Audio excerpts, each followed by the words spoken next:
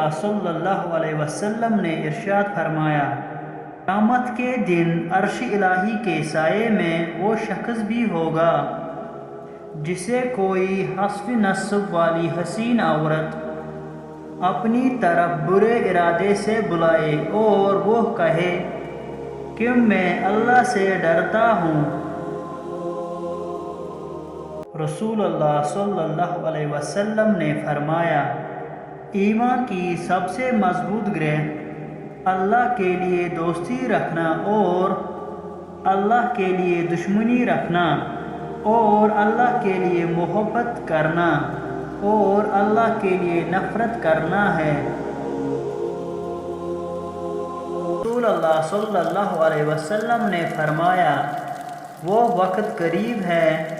جب مسلمان کا سب سے عمدہ مال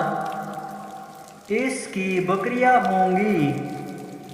جن کے پیچھے وہ پہاڑوں کی چوٹیوں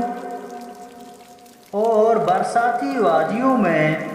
اپنے دین کو بچانے کے لیے بھاگ جائے گا۔ رسول اللہ صلی اللہ علیہ وسلم نے فرمایا، اللہ تعالیٰ نے فرمایا